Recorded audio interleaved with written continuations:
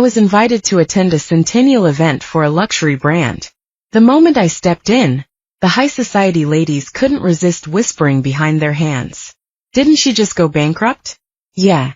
Rachel was even selling her Hermes bags last month. If it were me, I'd be too embarrassed to show up. The same women who used to fawn over me now sneered and turned their heads in disdain. I ignored them entirely, heading straight for the high jewelry display. Today, the brand was showcasing a rare piece, the prized rose tiara from an ancient Italian noble family. Each rose detachable as a brooch. The sapphires studding the petals were breathtaking, but still elegant. I was transfixed, an intense desire to make it mind-building with every second. So absorbed was I that I nearly missed Chris's call. When I picked up, my eyes were still on the tiara, my mind elsewhere. What are you doing? The rose tiara is beautiful.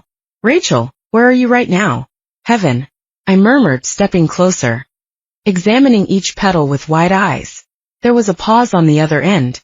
When Chris's voice came back, it had an amused tone. The rose tiara is about to be yours, darling. What did you say, Mr. Dean? I gasped, eyes wide. But you have to be good and do as I say. I'll be good, I promise, I said, nodding eagerly. Wear what I sent you tonight. All right. And don't forget those 3 times you owe me. I'll make it up, I swear. When? I looked at the tiara behind the glass, biting my lip. Tonight. Perfect. His laugh echoed over the line. I'll pick you up in an hour. Chris's Bentley was parked outside. His assistant came impersonally to escort me, the rose tiara now on my head. The same ladies who'd shunned me were left in shock. One even tried to approach me, fishing for a little connection. I gave a derisive snort, turned and walked off, letting her stand there awkwardly. In the end, Chris was the ultimate playboy, swapping girlfriends every 3 days. Who knows how long it'll be before he's had enough of me. For now, I might as well enjoy the ride and make the most of it. I hopped into the car, throwing myself right into Chris's arms. As a kid, I used to sweet-talk my dad into spoiling me with jewelry and bags. Now I could work the same charm on Chris. No problem. The divider rose in the back seat of the Bentley. Chris's slender fingers brushed my calf, touching the sheer material of my stockings. The tired look in his eyes disappeared, replaced by a gleam of desire. Rachel, you came out dressed like this? He held my calf, gently kneading it. I was wearing a black velvet slip dress, stockings and heels. An outfit that could seem daring if not done right, but raised in wealth. I could carry it with ease. Looking up at him, I asked, don't you like it? Beautiful, but only for home. And only for my eyes. So you can tear it off yourself, huh? In a playful mood. I didn't mind his particular taste today, and even teased him a bit. Naturally, I got what was coming. Chris tore my stockings right there in the car. It was a while before we stopped, and he carried me out. Hair a mess and dress torn. I hid my face in his black suit jacket, too embarrassed to look up. Back at his hilltop villa, in the master bedroom on the 3rd floor, he asked, do you like the tiara? I love it. I clung to it, reluctant to take it off. Then keep it on. Chris squeezed my cheek, his eyes full of playful mischief. And only it. Seeing my wide-eyed shock, Chris's smile deepened. I couldn't help covering my eyes and letting out a squeal. He might be almost 30 with plenty of experience, but he was still a beast. Rachel, he whispered, leaning down to kiss my flushed ear. If you don't behave, I just might take back my money. No, don't. If I couldn't wear designer dresses, carry the latest bags, or flaunt the best jewelry, he might as well kill me, even in my most cash-strapped days. I'd rather skip a meal than skip a new dress. So I complied, wearing nothing but the rose tiara. Tonight, Chris was relentless. When he wanted a 3rd round, I cried out, Chris, you're not young anymore. Can't you take it easy? But he just grabbed my ankle and pulled me back, the tiara nearly tumbling off. My long hair spilled across the dark gray sheets. A mess of curls. I looked like a dessert on display, my skin creamy like cheesecake, with a pop of red like a cherry on top. At last, he savored every bit, completely satisfied. In his arms, I was almost out cold, tear stains still on my cheeks. The next day, I didn't wake up until nearly noon. On the bedside table was a black card and a note. Baby, 50 million just hit your account. Excited? Signed, Chris. Ecstatic. I tried to jump out of bed but collapsed back from the soreness. Clutching the card, I kissed it, rubbing my aching waist and chuckling, "Old man still got it." Fresh out of the shower, I heard my phone buzz. Seeing the number made my heart sink. "Miss Rachel, it's me. Any progress?" I clutched the phone, pulling at my wet hair in annoyance. Mr. Dean is always careful. He never misses taking precautions. "Miss Rachel," she reminded me, "our family matriarch has made it clear. You have just 1 year. If you can't conceive within a year, there'll be no hope afterward." Chris was from one of LA's wealthiest families with billions to his name.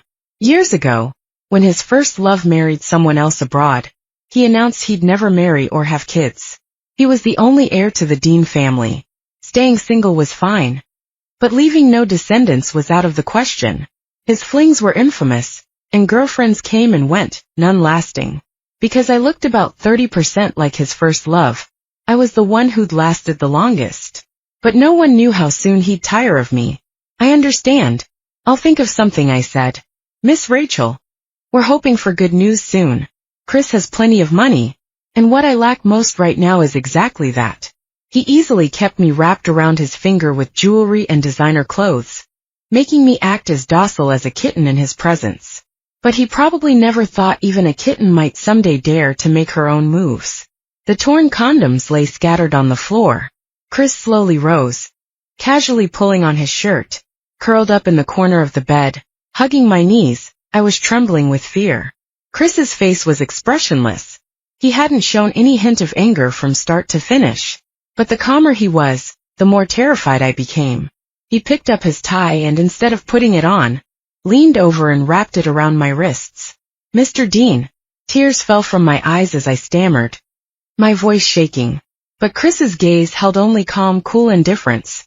Loop by loop, he bound my wrists with his tie, then gently touched my face. "Haven't I been good to you, sweetheart?" I nodded through my tears. "Mr. Dean, you've been very good to me. And all the money I've given you, hasn't it been enough?" I shook my head. "It's more than enough." Chris gave a slow smile. He brushed back the hair from my face, and even pulled the blanket up to cover me. "Mr. Dean." I didn't know what he was planning, and my tears wouldn't stop. What was I thinking, trying to deceive him like this? Would he just throw me out? I cried even harder. Chris stood looking down at me, his gaze distant and cold. "Tonight. Stay here and think about what you really want. Tomorrow morning I want an answer. Mr. Dean." But he didn't look back, leaving the room without another word. The next morning Chris didn't appear. I asked the maid to help untie the knot around my wrists, and was about to take a bath when I got a call. Chris's first love had returned, recently divorced. She landed in LA at 3 a.m. and Chris went to pick her up himself. I knew then that whatever Chris and I had was truly over. But that's fine. Since I was young, my mother always told me, if I couldn't have all the love in the world, I had to make sure I had all the money I could. Thanks to Chris's lavish generosity, my bank account balance was now pretty impressive, and his family's elders had promised that even if I didn't get pregnant, I'd still receive a $2 million check. Sitting on the sofa, I did the math carefully. If I didn't buy horses and luxury jewelry, this money would easily last me a lifetime. And so, even in defeat as a Johnson, I'd still protect my pride. I wasn't being dumped by Chris. I was leaving him of my own free will. But as I opened the suitcase to start packing, tears suddenly spilled over. They fell onto the clothes and shoes. And I finally couldn't hold back, collapsing onto the bed, sobbing out loud. "Chris, you heartless bastard. All I ever wanted was your money, not you. I will never ever care for you again." When I'd finally cried it all out, I asked the maid to come up and help me carry the luggage down. 6 enormous suitcases were lined up in the living room. The butler asked cautiously, "Miss Rachel, are you and Mr. Dean going on a trip? Or perhaps off to an overseas fashion show?" I shook my head, hiding my tear-reddened eyes behind my sunglasses. "No. Don't ask." "Then are you heading somewhere now? Does Mr. Dean know? Should we arrange a car for you? Just take me to the nearest cab stand." "But with so many suitcases, it'll be difficult to take a cab." "I'll manage." The butler didn't dare ask further, and ordered a car to be prepared, though he also planned to call Chris. But just then, I heard the familiar sound of a car engine outside. Moments later, Chris strode in, sharply dressed, crossing the room in long strides. I glanced at him through my sunglasses.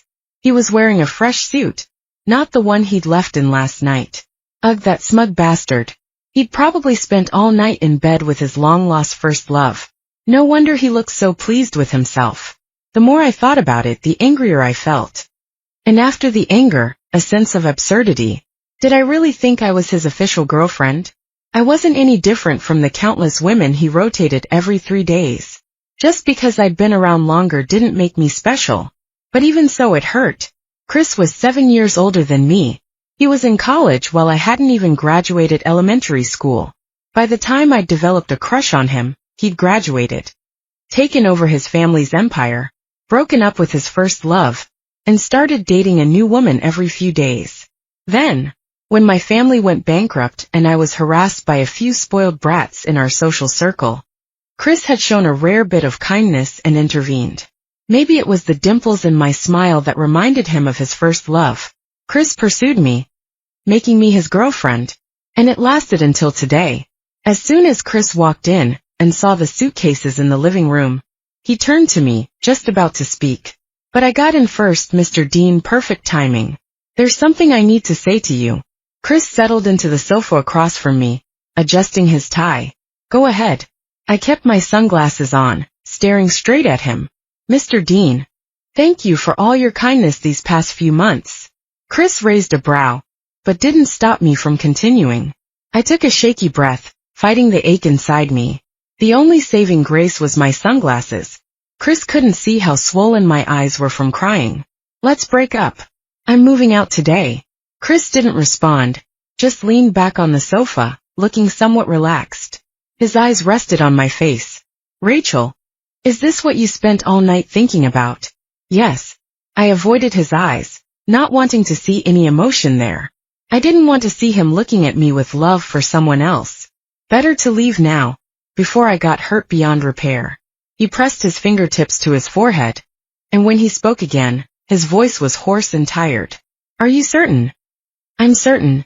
Breaking up with me. Do you think you'll still be able to buy all the Hermes and jewelry you want? Fashion week in Milan and Paris, front row seats, exclusive designer gowns. You'll lose all of it. Next month, I was going to throw you a yacht party and fireworks display in Victoria Harbor for your birthday. Each of his words made my heart waver. Chris knew exactly where to strike. Every word was a temptation, drawing me back into this life of luxury and indulgence. I knew he was lavish. If I stayed, I'd be set for life. But I wanted more. No. I dropped my gaze, squeezing my hands tightly. I don't want any of it, Mr. Dean. I want to end things. Chris said nothing more, but took a step toward me. When I reflexively stepped back, he paused. Rachel. I made a small sound, but still wouldn't look up. I didn't want to hear anything else. Didn't want to stay entangled. I knew myself too well. Facing him would only unravel my resolve completely. If we're ending things, let's settle accounts. His voice was ice cold, and I looked up in shock. Chris had never been the calculating type. He'd always been generous with past girlfriends, never keeping tabs, and especially never demanding settlements after breakups. But if he wanted to settle things, I had no grounds to argue.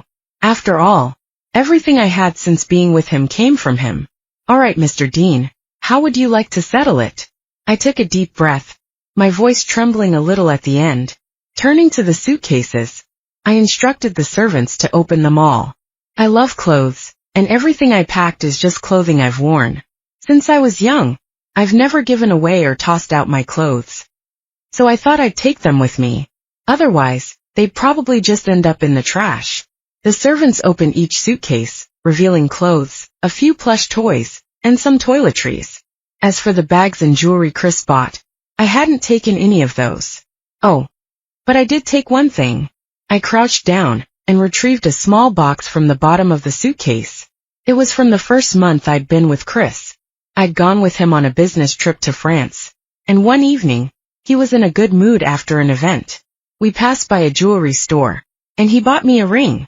Like many girls, I'd attached a lot of sentimental value to that ring. Originally, I'd planned to secretly take it with me, But now it seemed that wasn't an option. I placed the jewelry box on the coffee table. Mr. Dean, if even these clothes aren't allowed, then I'll leave everything behind. Chris looked at me. Rachel. A headache throbbed. After a sleepless night, he was exhausted, and Rachel's actions only made him feel even more unsettled. Who cared about the money or gifts? He didn't care about the jewelry he'd given her. And if she wanted the stars, he would have made it happen. But she was so adamant about cutting ties. Look at her, wearing her plainest dress today, no jewelry, not even earrings. His chest tightened with frustration. What a fine situation. He'd poured everything into her, only to be left with a thankless heart. He stood speechless, the anger in him so overwhelming that he found himself laughing bitterly. From the beginning, he'd known. The damsel in distress bit. It had all been an act. He was well aware of what the Dean family elders had planned. When he saw the torn condoms last night, he'd been furious. But the reason behind his anger? No one else knew, and no one would have guessed. If he ever had an heir to carry on the family name, he'd only want it to be Rachel's child. But certainly not conceived under these circumstances. Mr. Dean, may I leave now? Chris's silence went on, and I began to feel uneasy. If he was truly going to settle every last detail, he could make me leave the very clothes and shoes I was wearing. I bit my lip, silently hoping he wouldn't be that cold or cruel. Sweetheart, Chris suddenly chuckled softly. He stepped forward and, to my surprise, gently cradled my face in his hands. I felt uneasy, my eyes red and swollen from crying beneath my sunglasses. I didn't want Chris to see how vulnerable I looked. You'd better hope that you thrive once you leave here. Unsure of his meaning, I nodded with as much conviction as I could muster. Mr. Dean, I can stand on my own 2 feet. I'll be fine. Chris said nothing further, his hands dropping to my shoulders for a moment, giving them a slight squeeze before he let go. Go on.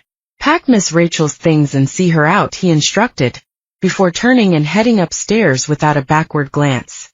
I stood there a moment, watching as the servants packed up my things.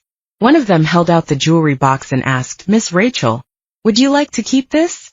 I shook my head, managing a small smile. Please give it back to Mr. Dean. Miss Rachel, could you please just take me to the nearest cab stand? Mr. Dean asked us to drive you. Thank you. I didn't refuse. With 6 big suitcases, there was no way I could manage on my own. Chris's driver took me and my things to a small apartment, even helping carry everything upstairs. It wasn't a big place, and the living room was almost full once everything was inside. When the driver left, I slumped onto the sofa, collecting myself before getting up to put my life back in order. After a shower, my phone buzzed non-stop with incoming messages. I quickly wrapped my hair in a towel and went to check my phone. It was Dennis calling. This apartment was his. To be precise, he'd let me stay here when my family went bankrupt. And only after I started seeing Chris did I move into his villa. But Dennis had always kept this place ready for me. We had grown up together, practically inseparable. Our families used to joke about us dating, or even marrying one day. But after my family's financial collapse, the adults in Dennis's family stopped making such jokes. Even so, Dennis had been loyal through it all. When I had nowhere else to go, he was the one who provided me a safe place. Rachel, I just got off the plane. Where are you? Big Brother's coming to get you. We'll party all night. I rubbed my still puffy eyes. Sure, I'm at your apartment. Come pick me up, and I'll get ready. You're not at Chris's place? No, we broke up. Fine, he's history. I'll introduce you to someone better tonight. Just make sure you look fabulous. Do I even need to try? Some of us are born stunning. Dennis laughed on the other end. Glad to hear you're in good spirits. See you soon, Rachel. See you, Dennis. After hanging up, I sat for a while, then started getting ready. No matter what, Dennis had just come back, and I needed to welcome him properly. By the time his car arrived, I had composed myself. As I got in, Dennis looked over. Your eyes are a bit swollen. I didn't sleep well last night. Did you cry over the breakup? I couldn't help but pout, just for a little while. Dennis chuckled, reaching over to ruffle my hair. Still the same crybaby as ever. I didn't answer, staring at the road as nostalgia hit me. I'd just turned 22. but it felt as though I'd lived a lifetime. All those carefree years seemed to have been cut short. But no matter how hard, I had to keep going. My dad was gone, but my mom and younger siblings were still abroad. They needed to continue their studies, and life had to move forward. So even if I cried, it could only be for a moment.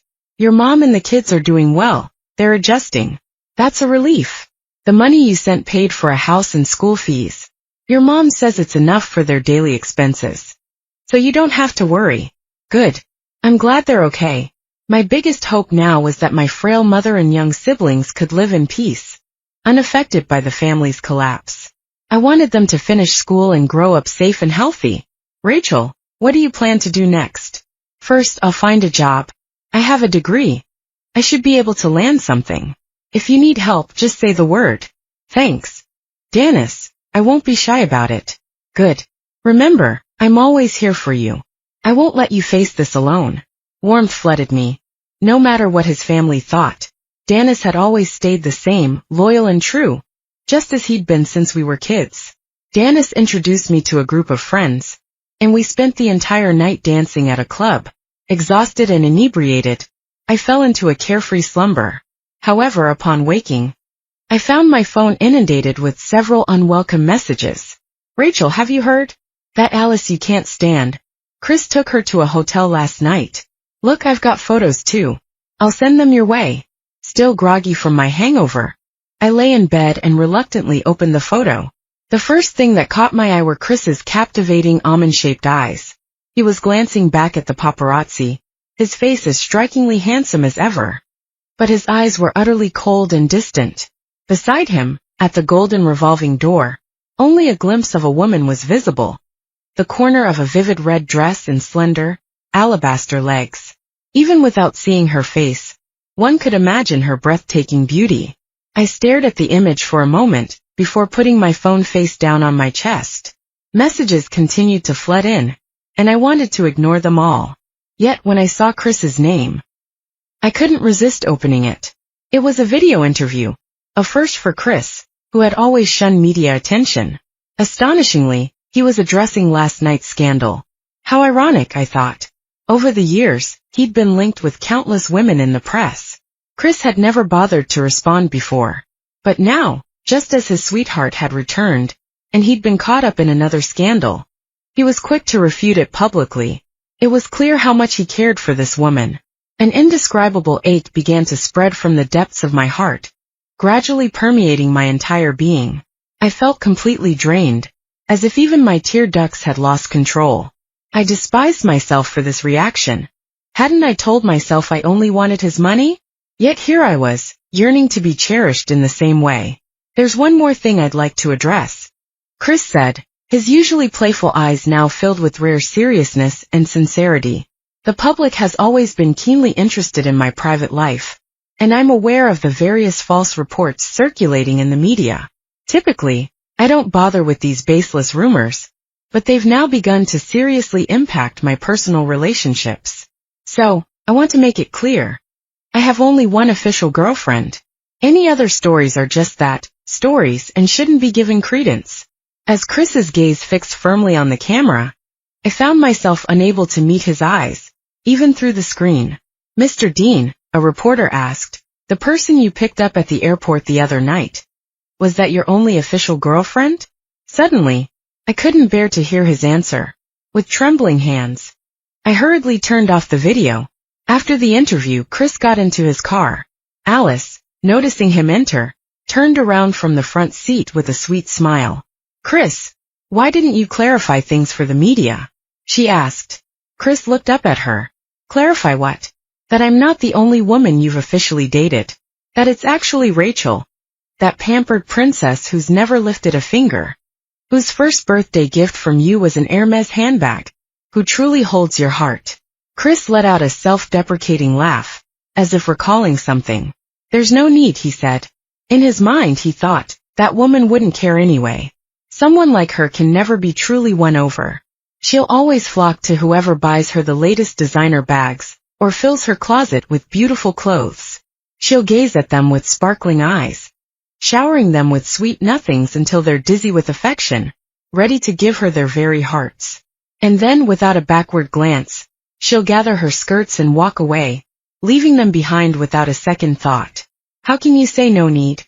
Alice asked, her smile a mix of mischief and seduction. You've refuted all the previous rumors, so why leave this one unclarified? Could it be that you failed to win her over? And you're deliberately leaving me here to spite her? Chris's expression turned cold. Where's Todd? Hasn't he arrived yet? He wouldn't dare be late. Alice's eyes flashed with anger. If Todd even thinks about being unfaithful, I'll make sure he never sees me again. Chris's amusement deepened. If he's already half-hearted, wouldn't never seeing you again be exactly what he wants? Chris, Alice seethed, you deserve to have your wife run away. Seeing his expression darken, she couldn't resist twisting the knife. With your wife's looks, there are plenty of men willing to shower her with money and attention. For all we know, suitors might already be lining up. And isn't she living at her good friend Dennis's place now? Who knows, he might already have the upper hand. The luxurious Bentley screeched to a halt. Get out, Chris commanded, his face thunderous. Alice was stunned. Chris, we're in the middle of nowhere. You can't just leave me here. Either you get out, or I'll have the driver throw you out. Chris's voice was ice cold. He regretted ever agreeing to help Todd by picking up this woman. If he died young, it would surely be from the stress caused by Rachel and Alice's sharp tongues. Bitter-faced, Alice opened the door. Chris, enjoy being a bachelor forever. She slammed the door and fled before he could respond. Chris returned to his hilltop villa, seething with unexpressed anger. The entire mountaintop glowed with brilliant lights, like a floating palace. But the more dazzling it appeared, the more it highlighted its emptiness and loneliness. In the past, someone would have eagerly rushed out to greet him as soon as his car stopped. She would have clung to him like a koala, playfully searching his pockets for jewelry, her eyes sparkling with joy. Her delight was infectious, impossible to resist. She loved all things beautiful and luxurious, and he fulfilled her every desire. Even knowing her appearance in his life was calculated, he willingly played along. Perhaps deep down, he was gambling, betting that she had even a fraction of genuine feeling for him, that she wasn't completely indifferent. Until that night, when he discovered the tampered condom, what he had really wanted to ask was, Rachel, have my child, and they'll give you a fortune. But you don't need to do anything. Just stay by my side, and I'll give you everything I have. But it was clear that Rachel had no need for a man's cheap love. She had never even considered believing in it. The reason he had pampered and indulged her so lavishly was simple. He had always liked her. After showering, Chris went to smoke on the balcony. Rachel hated the smell of smoke, so he always made sure to rid himself of any traces before coming home. She loved opulence, transforming his once minimalist villa into a riot of color, even changing the bedding to her preferred soft yellows and greens. Despite smoking several cigarettes, Chris's irritation persisted, the emptiness in his heart growing. Pacing restlessly, he found himself in the dressing room, staring at the untouched jewelry boxes. It was as if Rachel might materialize at any moment, adorning herself with the jewels and smiling at him with those crescent eyes. Her sweet nothings would flow endlessly, never truly touching her heart. He loved her delicate nature, yet despised her heartlessness. Ultimately, Chris chose to compromise. He dialed Rachel's number, unaware of the tenderness creeping into his expression as the call connected. Rachel, he began softly. Mr. Dean? Rachel's in the shower. She can't come to the phone right now. Dennis's voice came clearly through the receiver. The warmth in Chris's eyes vanished without a trace. Chris's voice had turned icy cold, the warmth draining from his eyes. So you're Dennis? Yes. It's me. Rachel is with you? That's right. Dennis smiled as he held the phone, leaning against the wall and gazing at the locked bathroom door.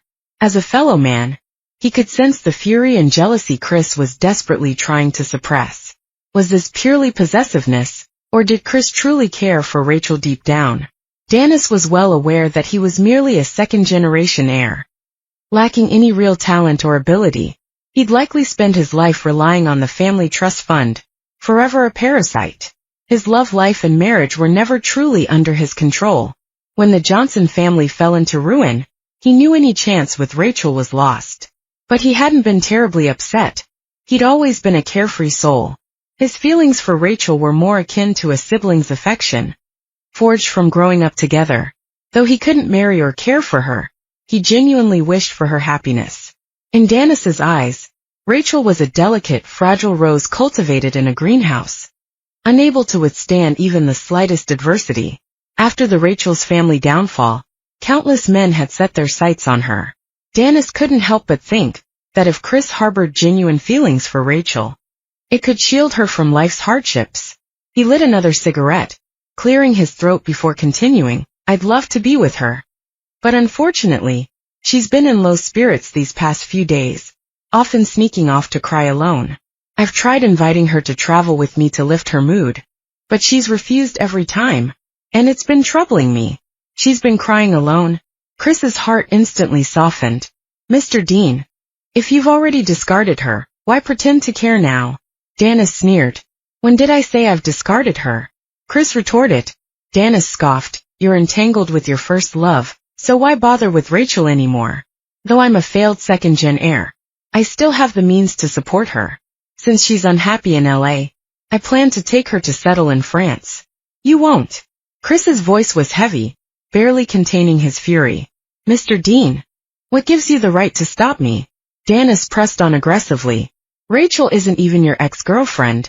In fact, she doesn't even qualify as that, since you only had one official relationship.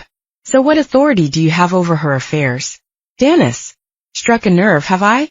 Hit a sore spot?" Dennis mocked. "Mr. Dean, you may be an elite among elites, a powerful aristocrat. But Rachel is now just a poor girl whose family has fallen from grace. If you're only toying with her, then leave her be. Don't come bothering her anymore."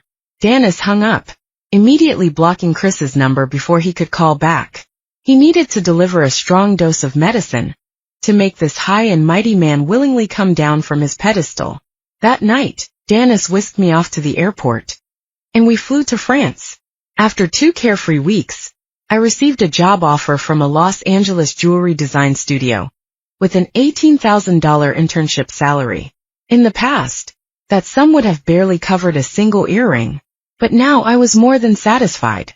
The feeling of earning my own keep was vastly different from simply receiving unearned money. I promptly booked a flight back to LA, smoothly completing the onboarding process and starting work the next day. The busy work gradually helped me forget my previous anguish. I genuinely enjoyed this job, relishing the sense of fulfillment and self-actualization it brought. In fact, I had hardly thought of Chris at all lately. News about him had become scarce in LA. The endless tabloid rumors about his love life had all but vanished, with even his mysterious first love no longer subject to speculation. Whenever I did recall Chris, I found it increasingly difficult to picture his face. As I grew closer with my colleagues, work became something I eagerly anticipated each day. In my free time, I even began attempting to write fashion columns for magazines, my innate style sense being highly regarded among LA's socialites. In the future, I aspired to open my own boutique. There was a legendary LA socialite who had weathered marriage, divorce, and bankruptcy, yet paid off her debts through her own efforts. Why couldn't I do the same? Although I still cherished wealth, jewelry, and luxury, I had also gained clarity. Looks would inevitably fade, so relying on men was a perilous path. But money earned through my own work would never betray me. My co-worker's sister introduced one of her college friends to me, and despite refusing several times, I ultimately couldn't decline anymore. So I agreed to meet him for lunch at the restaurant downstairs from the office. These days, I no longer adorn myself in luxurious brands. I had even stowed away my designer handbags, carrying only the stylish paper bag from my coffee takeout order. Rachel could live an ordinary life too. Just as I'd said the day I broke up with Chris, I got work, I wouldn't starve. The young man had an impressive resume and worked at a multinational company. His current salary was only $30,000, but they said he was due for a promotion and raise next month, so his future prospects seemed bright. He was clearly quite smitten with me, and I didn't dislike him either. He was a charming, witty gentleman, easily making me burst into laughter. And on my third bout of uncontrollable mirth, Chris suddenly appeared, pulling out the chair next to me and sitting down. The man across from me was understandably surprised, but maintained his politeness. "Excuse me, sir, do we know each other?" Chris didn't look at me, just casually leaning back. "Rachel is delicate and high maintenance, spending money like water. She only drinks Perrier, loves beluga caviar, Alba white truffles, burrata cheese. A single meal can cost tens of thousands. She only carries Hermes Global Limited Editions, only wears haute couture, never the same shoes twice. Are you sure your 30,000 salary can support her?" The man's expression grew increasingly bewildered, though he stubbornly tried to defend. "But Miss Rachel's dress today is just a mass-market brand, and she's not even carrying an Hermes." Chris' smile deepened. "Sir, I haven't finished." I desperately wanted to grab Chris and shove him out, but the moment my fingers touched his sleeve, he simply grasped my hand, locking it on his knee. "Not only is she high maintenance and picky, she also turns on people at the slightest provocation." "Chris." I was so mortified and infuriated I nearly leapt up, but he tightened his hold, even caressing my fingertips suggestively. "Oh yes, and she's very restless in her sleep, often sleepwalking. And when she does, she's as strong as an ox."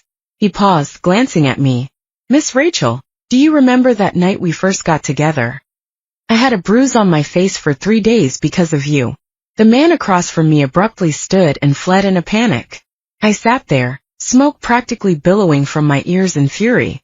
But Chris was still in the mood to order new pastries, trying to coax me into eating. I didn't want to deal with him, rising to leave. He hastily paid the bill and hurried after me. I was power walking, the coffee bag in hand. "Rachel," Chris called out behind me.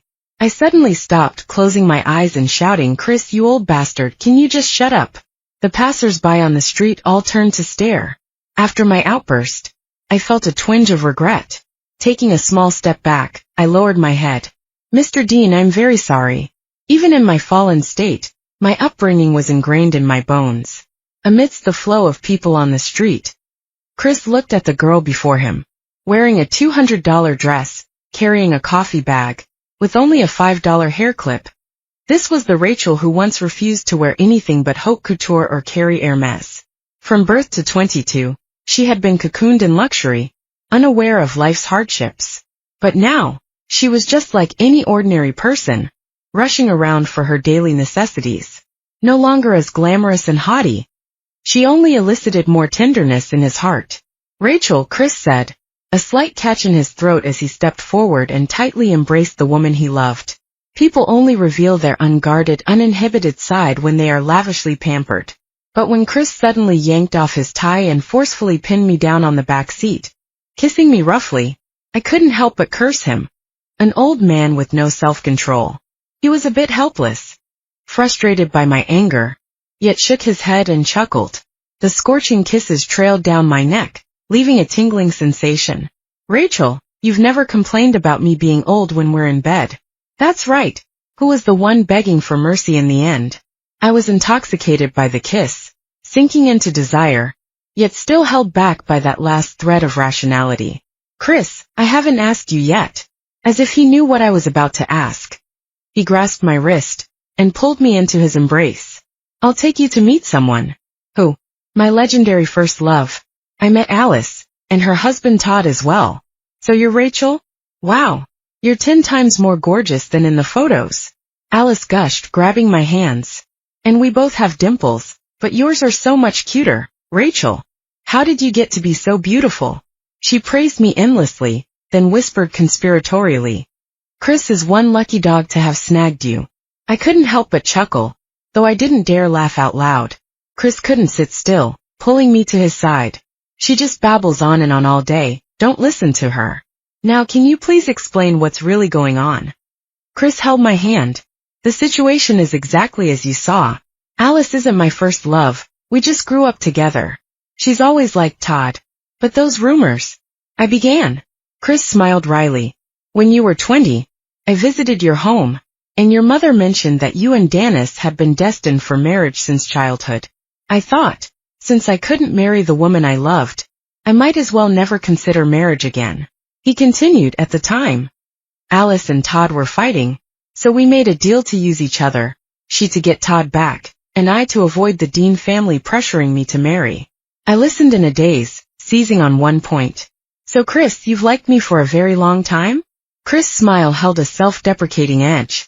Do you remember your 16th birthday, when you got that crown, the pearl tears? Of course. That was my favorite since I was little. But Dad said it was too expensive. My eyes widened. So you were the one who bought it for me? Chris nodded. But you were still too young then. I was afraid it would scare you. He let out a soft laugh. After that, you wore that crown every year on your birthday. On your 20th, when Dennis celebrated with you, you were beaming by his side. I instinctively explained. Dennis has always just been like an older brother to me. And he feels the same. Chris shook his head. No, Rachel, Dennis likes you.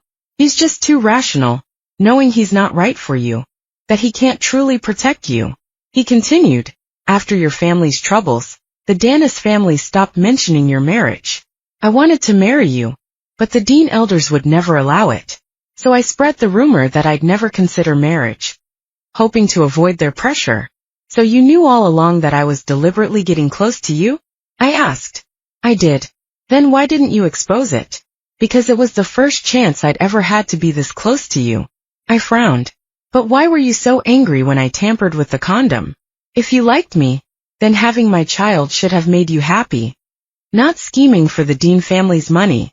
Chris gently caressed my face. You don't have to give me a child. You don't have to do anything. Just stay by my side and be happy. I'll gladly give you everything I have. Tears spilled down my cheeks, my whole body trembling. Is this real? Am I dreaming? You like me? You've liked me for so long? I cried. If you'd told me the crown was from you on my 16th birthday, I would have been overjoyed. Rachel. Chris was both surprised and delighted. Then you truly saw Dennis as a brother. And I've been the one you've liked all along? I threw myself into his embrace. Chris, how do I prove this isn't a dream? His voice held a nervous edge. Let's get married. Right now. Now. Yes, right now. He pulled me up. Wait, what? Alice exclaimed as we started to leave. We're getting married, Chris replied. His peach blossom eyes sparkling with joy. This was the dream of his lifetime. And now it was firmly in his grasp. In the countless wonderful nights to come, she would be by his side like the moonlight on his pillow, accompanying him until the end. The end of story.